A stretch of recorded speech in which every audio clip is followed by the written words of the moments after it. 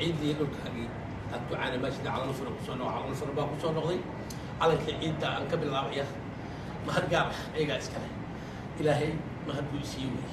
وحان سيدو كارنتو اللي بيكرم قرني واللي بسبك هي قصتي بس واحد وحان إلا بيكرم مدحويني محمد عبد الله فرماتشو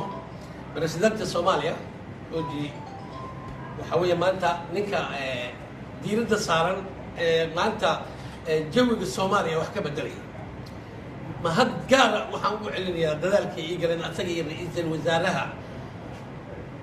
الدواس كنت قاعد حتى على قيمة ملك الليلة هاي إذا قد ما قاعدين خير ما قاعدين وايو حسن على قيمة يوم نحوي نفر ماجو إسرائيل بفرسمنا سمية قرن كيو حسك بدرينا الدفائية اللي أنا قاعد نوطها أنا مرة سو مري دولة ديك عنك هيد وحياة سيادة وندادي أنا بغلتري هذا خيره وندادي أي انتاجنا هي مركي وحنا لنا خيره هذا جي فرماتشوا ترك الله يدين وافجيو أنا قا لابد قري الدولة دنا وهم بلينيا وهم بلينيا بعض الصحافة الصومالية بالش يقصوا الدولة وبعض الصحافة بانكوك يا برلين إلا بريتسي إنجليز كي واحد شو صحافة مقدشو سوسو بيشوفون إيه ولا كذا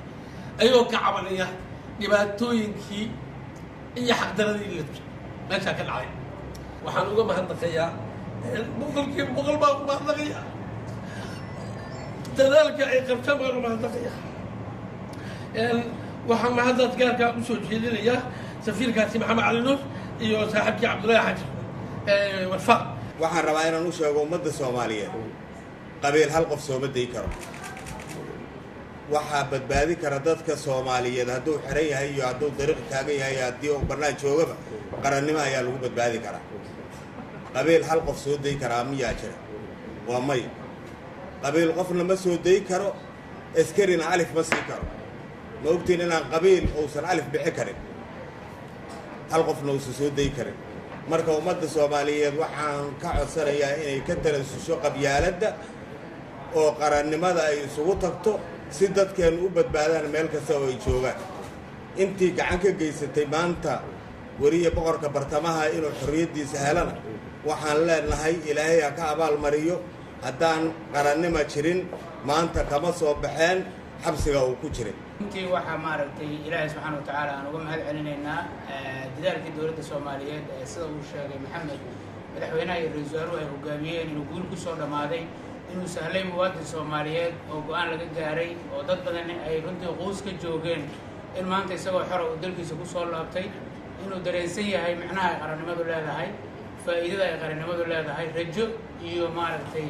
nolol uu ka qoostay ehelkiisu ay ka qoosteen dad badan oo naga mid ah ay ka qoosteen in maanta maaragtay madaxda qaranku ay soo nooleysay Allah subxaanahu wa ta'aala mahadiisa kadib dowladda Soomaaliyeed iyo hoggaanka sare ee dalka ayaa mahadda iskale sidaad arkaysaan maxamed wuu caafimaad qabaa bahda saxaafadda sidoo kale wasaaradda ahaan waxaan uga mahad celinaynaa runtii dhiirigelintii iyo dabagalka ay sameeyeen haddii ayna iyaga ahayna xusuus badan looma hayn lahayn maxamed inuu leeyahay ehel inuu leeyahay garbo inuu leeyahay maaragtay dad akhbaarkiisa gudbiyo oo ah saaxiibadiisa saxaafadda iyo madax dhageysata oo fuliya maaragtay wixii uu soo jeediyey intuu taariikhdu tahay 12 bishii 12 in aan ka soo degnay garoonka caalamiga ee Aadan Cadde International aniga iyo wariyaha wada taqaaniin ee muddada badan la sugayay maxamed aweys muude boqorka bartamaha waxaan rabaa inaan xaqiijino dadaalkii dawladdu ay gashay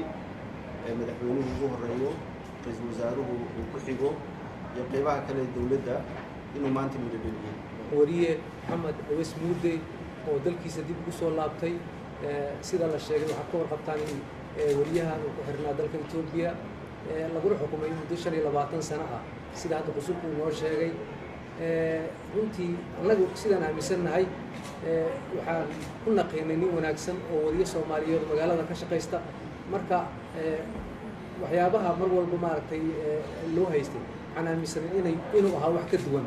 oo maaragtay waxaasi uu beri ka ahaa laakiin waqtiga walba maalin ay leedahay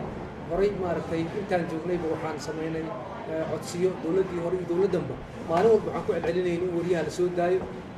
waxaan aad ugu mahad celinayaa wariyaasha Soomaaliyeed ee maalin walba Facebooka soo dhigaayay ee social media soo dhigaayay hala soo sii daayay Maxamed Aweys Muude maanta ay suuro gashay waxaan u mahad celinaynaa dowladda Soomaaliya iyo cid kasta oo iyo magacyadii uu meeshan ka sheegay oo gacan ka geystay soo